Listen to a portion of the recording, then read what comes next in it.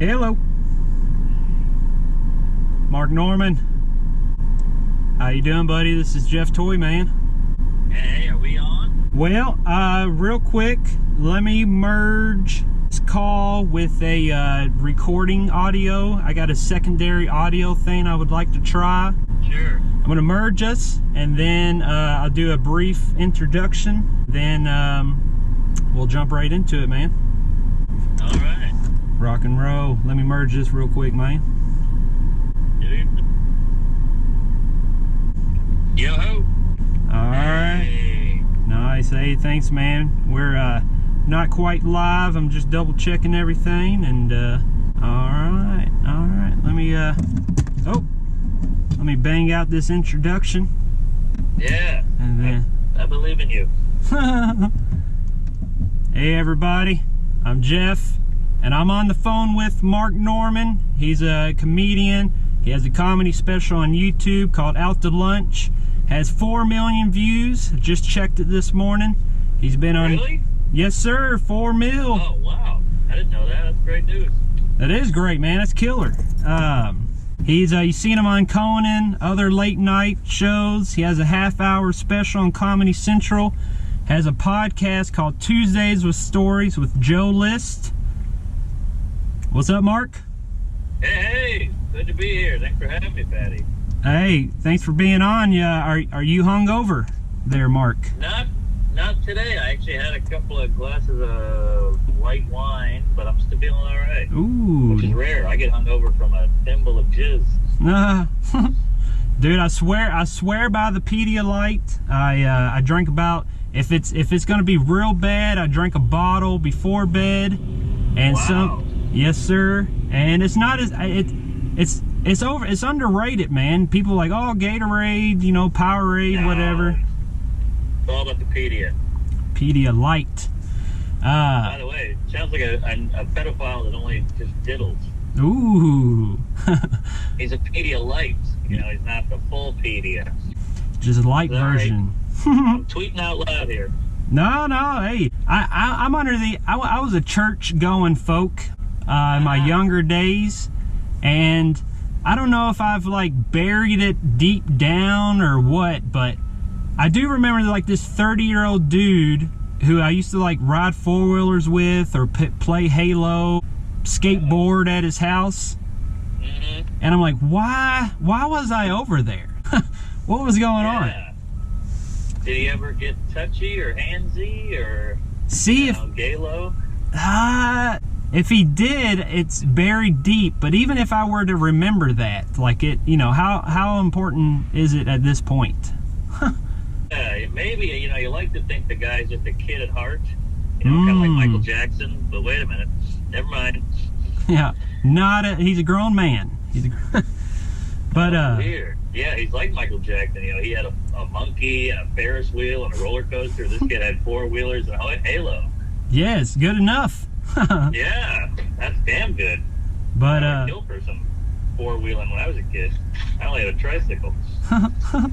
I always had my bike stolen, man. Me and my family, my mom, single mom, all that. We grew up in Section 8 housing, and Nice. Yes, sir. Yes, good product of the government housing right here. Where are you? Living now? Or where's the project? It was in Shepherdsville, Kentucky, so it was more white trashy, Yeah, all right. Yeah, but it was all good, man. Food stamps, all that other good stuff, but couldn't keep a bike in that neighborhood, man. No, I feel you. I lost my bike every year. It was like a yearly tradition. I lose my bike, and I was like, oh, I guess we got to change the clock. I remember getting grounded because someone stole my bike. I was like, now my bike's gone, and I'm stuck in the house for 2 weeks. What the hell? That's hilarious. Oh, man. Yeah, it's your fault for leaving it out. Yes, I know it. God. And it was an apartment complex, so it wasn't like you just had one big parking lot. You could see the kid riding the bike out the window.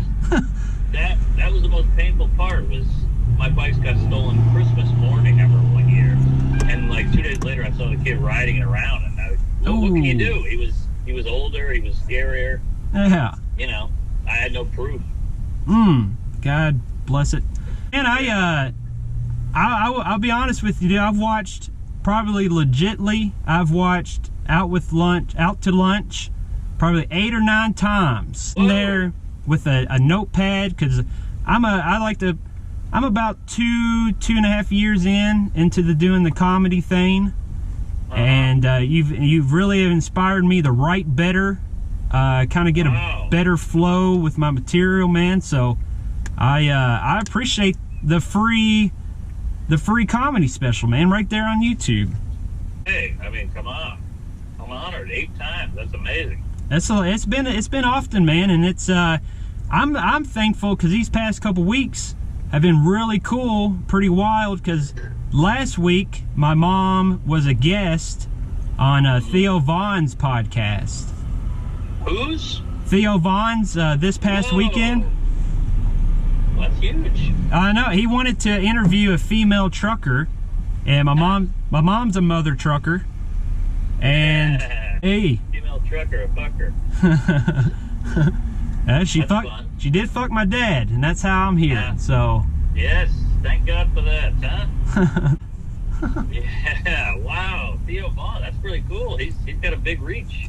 Let me ask you this: were you kind of jealous that she got on his pod and you didn't? Well, a little bit. I mean, I'm being honest, yeah, but yeah, at the same time, it's like woman empowerment or whatever, and you know. So you just gotta sit back and be like, hey, nah, man, I appreciate the phone call, dude. I'm a little turd in the big diaper of comedy. Sure. And like I said, you know, I'm still the guest spot dude, or you know, working the MC different clubs or what have you. Yeah, you got to do it, Betty, and good for you. Thank you, Pay sir. those dues, and you know, it's hard to be the turd in the diaper. That's what Joe Biden's got a diaper on. I'm sure he's hanging in there. Well, the thing is, if you're an adult, it's a depend, because a diaper isn't what's the word, empowering, I guess, as an adult. Well, hey, you know, with an adult diaper, it all depends. Ooh, but no, I used to work at I used to work with people with disabilities. And I've wiped 60-year-olds' butts before and helped people shower and all kinds of that good stuff, man. Damn, well, I wiped a 6-year-old man's ass right after I shot a load on it. Too far. I gotta pull it back. No, that's awfully nice of you. I would say so. Cleaning it up after yeah, him. he liked it. So, have you gotten your place rented out yet, Mark? I have not, and it's slowly killing me. I would imagine it would be. Yeah, I'm paying 17 rents. It's not good. And now we got COVID, so these are tough times indeed. See, that's the thing that this is what I scratch my head about, you know, because it seems like, you know, obviously BC, or before Corona, as I like to call it. It was go to New York like yourself, or go to LA or Chicago and pursue comedy. Yep. Now, do you see people doing that, or did the COVID just shut all that shit down? It's all shutting it down. I mean, you can still get up in a park if you want, or a roof, or maybe, but it's all going away because the cold weather's coming. So I don't know what to believe anymore. Jesus, yeah, because it's yeah, because the parks, you know, saved everybody doing the park shows, but well, who knows, man? Who knows? We'll just have to sit back and see. But I mean, all these LA guys are moving to the south. Theo went to Tennessee, and Rogan is going to Texas, and I think Segura's going to Texas. So maybe the south will be the new boom. Hey, this is what they meant by the South will rise again. Hey, there you go. Yes. Good point. I think they meant COVID spikes, but either way, that's the place. Hey, whatever, man. Whatever gets us to first. Yeah, exactly. But the scene in Kentucky. Well, it's interesting, man. You know, we're Midwest, sort of, but we're South, but we're also, you know, more north than Alabama. And it's right. So we got, things are open, but it's, you know, you walk in there, you got to wear the mask, but the moment you sit down, you can take it off. And yeah, it's all very strange, all very arbitrary. It's whatever, you know. I'm pretty sure it knows when you sit down and eat, so it won't bother. It won't bother you. I know. So silly, but you gotta play the game so you don't get yelled at. I guess that's what we're doing here. I suppose that's right. It doesn't matter. What do you do? You just try to do push-ups and take vitamin C, I think. Yeah, I heard zinc is good. Vitamin D maybe. So what do you do? What's your line? Oh, I'm a blue collar guy myself. I got also a trucker. Okay, runs in the fam, huh? Yes, sir. Yeah, unfortunately, I got a useless bachelor's degree. Obviously, using that. You know, I'm rocking a rat tail. So I tell nice. Yes, sir. Yes, sir. I tell everybody it's a college degree in the front and a CDL license in the back. I love it. Breaker, 1-9. breaker. So, let me ask you: is the trucker crank? Is that real? Where they take all this trucker fuel and snort some shit? Ooh, I've heard of trucker bombs. What's that? Back in now I don't know if it's so much these days, but back in the day when truckers could just drive however amount of time that they wanted to, now there's a lot of, you know, DOT regulations or what have you. Oh, right. But the truckers used to do meth, and they would piss in the bottle and throw the bottle out the window, and then other meth heads would drink that urine that they would find in these ditches. Whoa, why? Because apparently there's still meth residue in urine, I think. Whoa, man, wild. It is wild. It's if you're drinking urine for get a high, you gotta there's a lot you gotta reevaluate, I think. Yeah, that's a wake-up call if I've ever heard one. I mean, we all like drugs, but you know, I'll smoke a joint every now and then, but I'm not gonna drink a cup of whiz just to get a buzz. But you, I knew you did janitorial work. Is that correct? Oh yeah. Did you? Yeah, 2 years on the job. Nice. Did you do any other blue collar work like forklifting or anything? I did a ton of. It was a construction working gopher kind of like I would clean up the site, sweep up, pick up leaves. That was hell. You know, break a lot of demo, breaking sheetrock and then putting it in a bag and breathing in all that dust. I was a busboy, I was a furniture mover, waiter, you name it. Oh, Food yes. runner. You've seen that movie Terminator 2 Judgment Day recently. Oh, yeah. Now, at the end, when old Arnold Schwarzenegger, ooh, Whoa, easy. I know it. Whew, I'm sweating. It's no N-word November, I've heard. Oh, there you go. So you gotta be careful. That's no fun. But when he self terminates, where he drops himself, you know, it does that killer thumbs up. Yeah. That is a furnace, and the guys that I work alongside with, because I'm the shipping and receiving guy, you know, I also clean up the jobs or whatever, but the guys we work alongside with work on those furnaces. Ah. So what he dropped himself into, I've seen those things get worked on in the past. So, oh, wow. Pretty cool, man. Cool. I would love to throw some stuff in there just to watch it melt. What about the jerking off in the truck? That's got to be pretty tough. It's been done, but the trick is you don't want to complete. You kind of just want to play with yourself. Yes, that makes sense. But see, it's got to happen because you're so high up. Like I've rubbed one out in a Honda. That's what I would do in a big rig. Oh yeah, especially if you got an aerial view of others. So, yeah, that's hot. You can like see down some cleaves. Oh. But yeah, that's the trick of. I mean, it's just what it is, man. You put a little, you know, adult video. You know, you're not watching it because you got to be safe. but you know, you listen to it. It's on the speaker, it's on the radio. You kind of just listen to it, play with yourself. Next thing you know, it's 4 hours later and you're back home. Yeah. That's hot. What about the hookers? The lot lizards. I haven't messed with them. I'm a typically home at the end of the day type trucker. But there's some lot lizards. They're walking around, knocking on the doors. All right. Yeah. That's fun. Probably. You never partake? No. For one, I'm a married man. I'm a married man here, and. Yeah. Now, who's your husband? Oh, his name is Holly. She's currently transitioning right now, actually. All right. Hey, very progressive. Oh, you know it.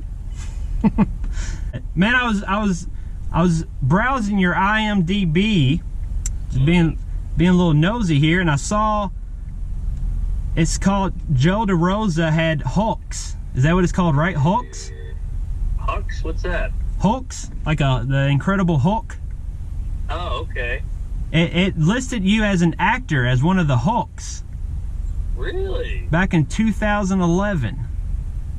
I probably did some dumb video, but I have no idea what this is. I'd love to see it. Yeah, I couldn't find it either. It was listed in your IMDb. I YouTubed it, couldn't find it. Googled it, couldn't find it on there.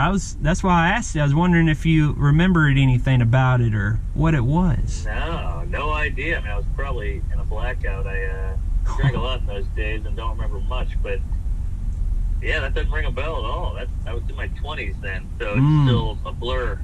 But maybe I'll call up DeRosa and see what the hell that was. Yeah, it'd be cool to see it, man. But I know you talked about this before, and you know, during your 2 years of bombing in New York. Now, were these just like open mics, or were you MCing, or did you have like a feature spot and stuff like that you were doing? Geez, in the first 2 years, no, it was all open mics, just bombing, bar shows, ambush shows where you'd show up to a bar and people were just trying to have a drink and watch the hockey game, and you'd be annoying them with your dumb jokes. And yes. Not only did they not want to see comedy, but we were also horrible at comedy. So it's a bad scene. I mean, those were rough times. I don't know if I could do it again. Oh, I'm sure. Now, thinking back there, Mark, was there a could you recall like one of the first like phone calls or text messages that you got being like, hey, I want you on this show, or can you open for me, or you guest spot? You remember like one of the first ones you got pretty psyched about and who it was with? Yeah, I remember getting, because everything was so bleak back then. Like this is kind of pre social media, so it was like MySpace days. So everything was text or over the phone or maybe an email. But I remember getting an email from the comedy club. It was called Comics with an X, and it was in the meatpacking, and it was a great club and like really spiffy, and you got a free meal. And I remember they let me host, and it was a huge deal for me. I was terrified, never been really in a green room before. The whole thing's insane. And I remember I brought Joe DeRosa up as Joe Rogan. I don't know why. I just think the Joe and the Ro and the D, whatever it was, but the crowd went nuts. And then they saw his ugly mug and they were pissed. And then he bombed and he blamed. Oh, damn it. Oh no! My phone! Damn it! How unprofessional. Phone needs to cool down before you can use it. Son of a bitch. God damn it. Go figure. God damn it. Of course. Hello. Man, how unprofessional. Oh, good. I tried to call you back, but it wouldn't let me. Yeah, my iPhone said the temperature was too hot for it to be used. Oh, weird. It is weird. I think it was the joke about my wife transitioning, I think, that got it going. That'll do it every time. But man, I won't keep you around too much longer. I know you said you introduced Joe DeRosa as Joe Rogan. I'm sure the audience loved that. Yeah, they hated him after that because they were expecting a famous person. Maybe they were just more bummed out because they didn't see his muscles. Joe Rogan's muscles, I think. Yeah, and fucking Joe's got the body of a melted candle, so they were bummed.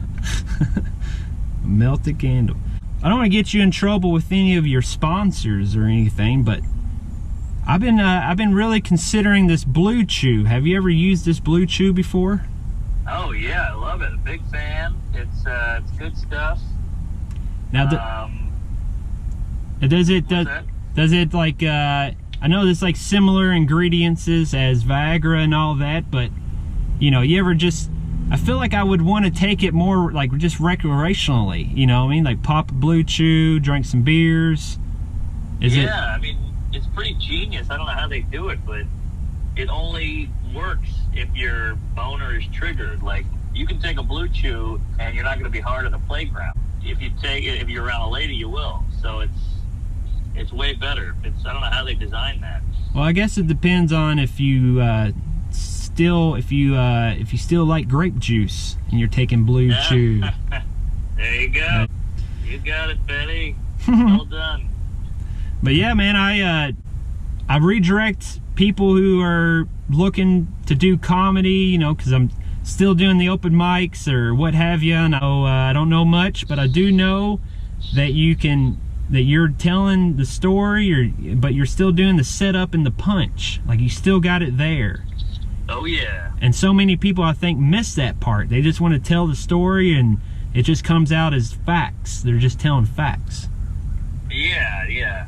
And look, facts can be funny and a fact can be a punchline, but it's got to get a laugh. I don't know. I don't get these people who are just like, oh yeah, I tell stories. Whatever happens. I'm too scared. I'm scared of silence, so I got to write a punch. I don't know how they do it. I feel as though you're a joke guy. I'm like, I don't know how else to get a laugh. You get a hot crowd. I just use an open mic. You got 15 comics.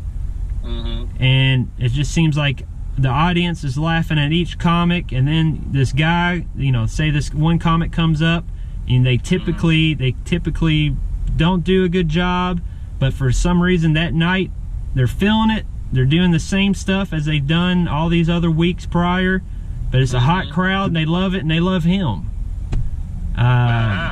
So that's what makes me scratch my head at times, because it's like, man, if this crowd is hot and they like you, it seems like almost you can say anything and they're gonna be like, woo, you know, funny. Oh yeah, definitely. Yeah. If you're cooking and they're cooking, there's nothing better. Well, Mark, I know I got a couple more for you, and then I'll leave you to it, dude. Hit me, Fatty. I'm here. Now, you get any compliments on your Adam's apple often? I do. Every now and then I get a message from a homosexual who asks me to send him photos of it. Just the Adam's apple? Yeah. Ooh. And like, you know, do a swallow motion so it bounces, and people have some kinks out there. Now, are you charging this? Are you working it? Maybe I should. Maybe I should do an OnlyFans for the apple. Yeah, hell, hey, I was like, I'll swallow this cup of water for $20. Yeah, that's not bad. And you know, I'm drinking water anyway, so why not film it? Hell yeah.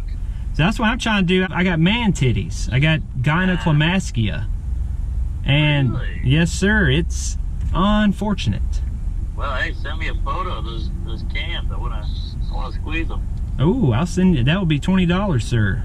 All right, so I think it's worth it. Are they hairy? No, not really. I mean, they're I'm like naturally no hair around the nipple, you know. Right. Very breast-like. It's not a good look. Even there's been times I've had pictures taken down from Instagram because of nudity issues. That's kind of a compliment. It's I don't know where I was going with this. But oh yeah, selling this figure on the OnlyFans or the social sites. You know, if it's women who like it, great. But if it's gay men, that's fine too. Here. I'm with you. I mean, I like them. How's the nips? Nips, well, it's their areolas when they're soft. It's the areola issue, I think. It's like when they're soft, they're kind of like pepperonis, but once they, they shrivel up and get a little hard, they look like a normal nip, but just all dry and warm. Not a good look. Uh-huh. I hear you. But a pic will be coming your way soon, shortly. All right, I can't wait, Betty. Bring it on. I appreciate it again, man. You didn't have to do this, but you did. And no problem. Wait, was that it? I don't know. I mean, if you, I probably think too much. I'm in my head. It's like, oh, is he enjoying this? Is he busy? My phone died. No, you're good. My phone died on him. No, it's fine. We've all been there. But yeah, man. What you think it's been good, dude, for you? Yeah, I can't complain. I mean, I hate COVID. I'm ready for it to be over. I hate politics. I hate all the talk and the Biden and the Trump and the anal. So, yeah, I'm ready to move on with my life. But, we're here for a minute, looks like. Done a couple years ago, I went down a weird conspiracy rabbit hole, and I hated everything, and I was listening to NPR all the time, and Here. Yeah. And by the way, you might be the only guy in Kentucky listening to NPR. oh yeah. I'm progressive. There you go. Nah, it's just killing me, man, because you can't, I don't see where it's healthy. It's 6:30 in the morning, you're taking a dump, and you find out 200 people died because of this explosion, or Biden sniffed this little girl's hair and Trump's grabbing pussy, and it's like, damn, I haven't even wiped yet, and I'm having a panic attack. Uh-huh. I hear you, man. Well, hang in there. You're going to be fine. It's all going to get better one day. This is the first time I think people in our generation have had a what's the word? I don't want to say epidemic, but like a hardship. They got the Great Depression, they had World War II, they had the Civil Rights Movement, they had the gas shortage, they had, the Cold War, you name it. And I feel like this is our turn. Yes. But the thing is like, people are like, oh, times are bad, this is bad. I'm like, can you imagine living in World War II times? You hear about an atom bomb, but you can't Google it, you can't, you can't, that's all you just hearsay. Like, this is not as bad. We got Uber Eats. That's right. We're doing just fine. Yeah, we got Netflix. We'll be all right. We're ordering in. But I will say, back then, things sucked more. But at least we weren't at each other's throats. We had a common enemy. We hated Hitler. Now we hate each other. I think it's just one of those, I think we're naturally negative people. It's like, hey, how's your day? Oh, and then you want to, not you, but it's like, hey, how's your day? Oh, this was shitty. But it's hard to take a step back and be like, you know what? This was good. It didn't rain on me today. I didn't fucking drop the forklift on my foot today. And that's where I'm trying to be at, man. It's like, okay, let's try to grab out this the good. Yes. But here. I'm just happy, man, to be talking on the phone with you. I left work. I'm actually down the street from work. I was like, and my job seems pretty supportive of the comedy thing. They're cool with it, and plus I think doing comedy, it kind of gives people something kind of almost different to kind of talk about at work. Yes. It's like, hey Jeff, did you do a comedy show this weekend? And then I'm like, yeah, I did. I had this heckler, or I told this new joke. You want to hear it? And this and that. And it's a very very bonding, ice-breaking kind of conversations, I think.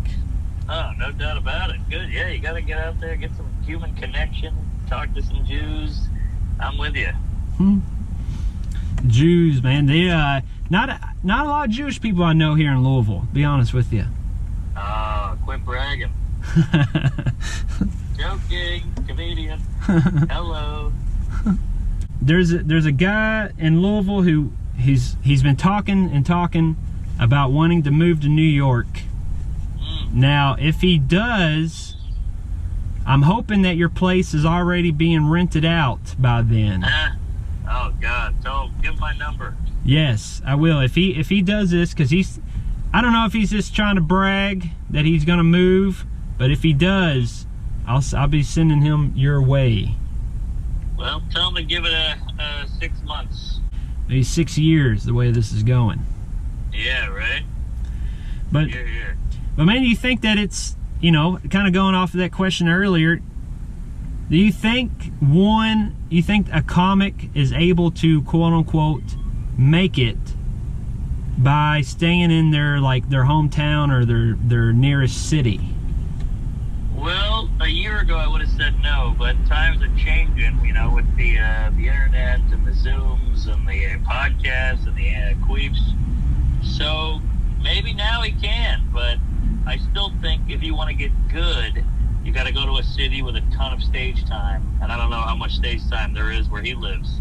So he can make it maybe from wherever the fuck he is, but it's going to take longer, and he might not be as sharp as if he was living in a town with 4, 5, 6 comedy clubs. Yes. Okay, I feel like in Louisville scene sometimes, because it's so small, obviously you're going to hear the same joke from the same comic. They're working their tight five.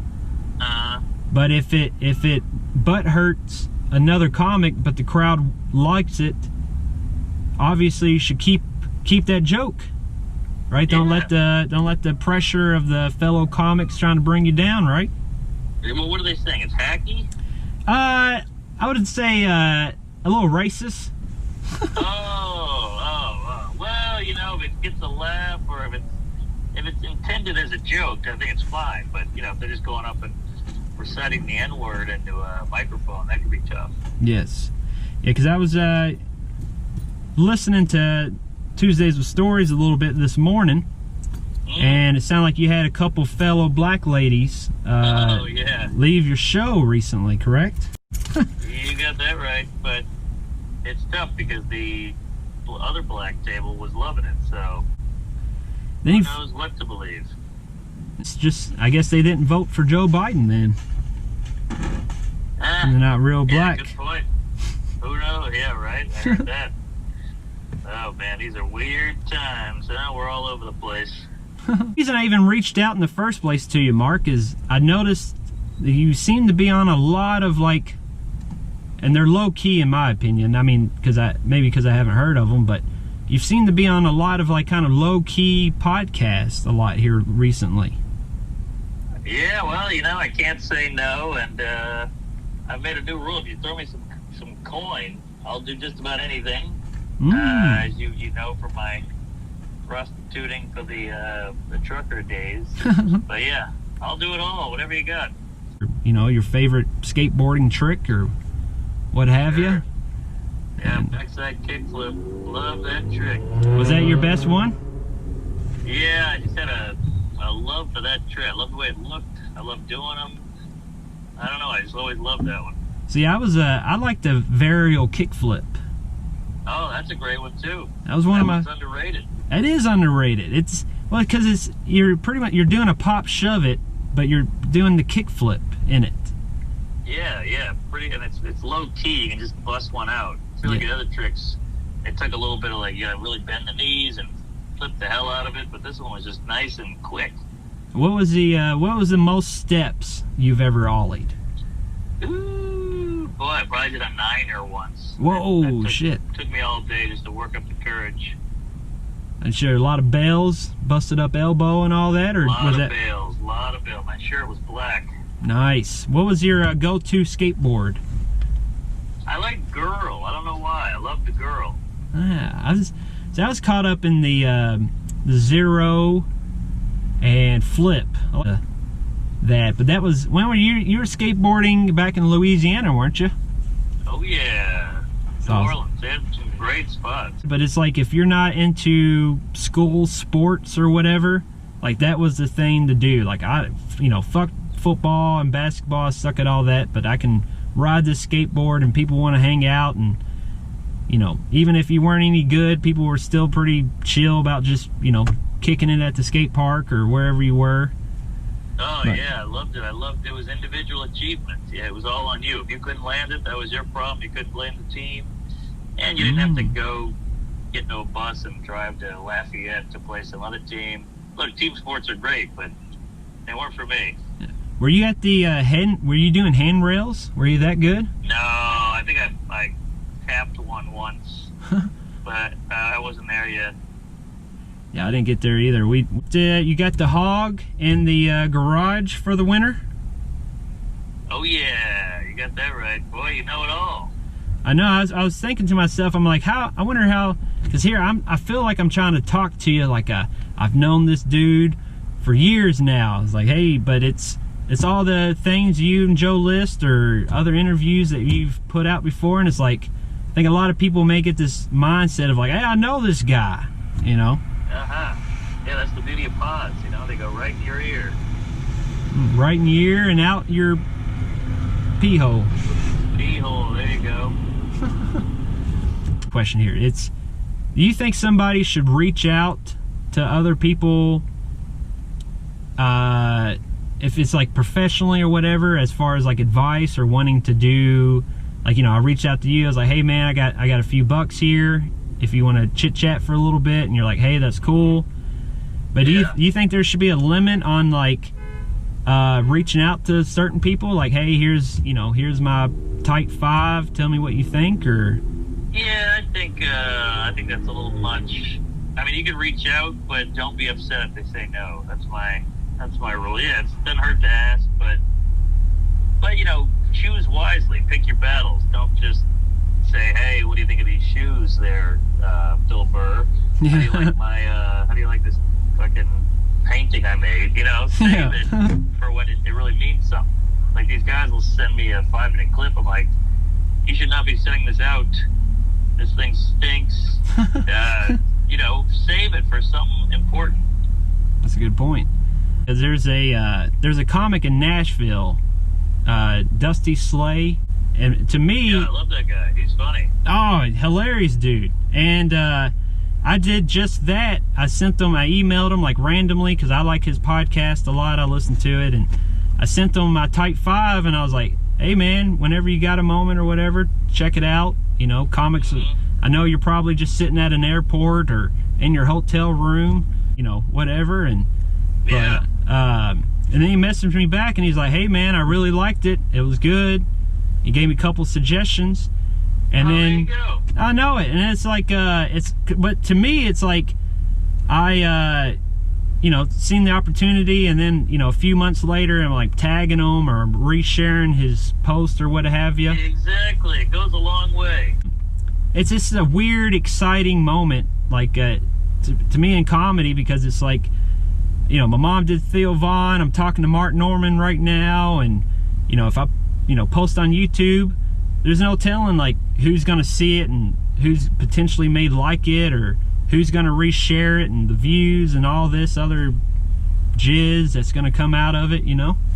Yeah, well, the problem is people want the glory, but they don't want to do the work. You know, they want the hey, let me get in contact with Tom Segura, and oh, he wrote back, oh, how cool is this? But the set still sucks. Yes. As a bigger comic, you want the guy who's doing the work and reaching out, because then you want to reach back, because you feel like this guy really cares. He appreciates comedy.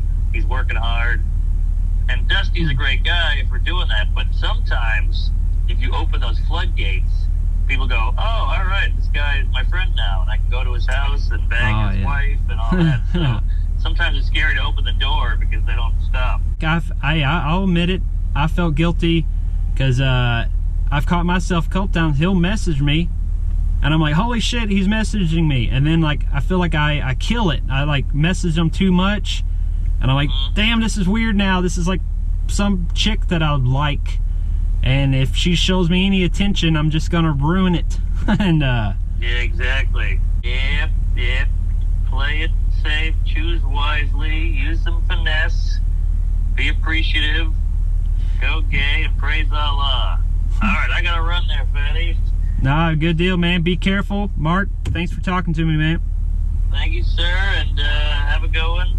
Thanks for calling. Queef it up. Later, dude. Bye. All right, there it was.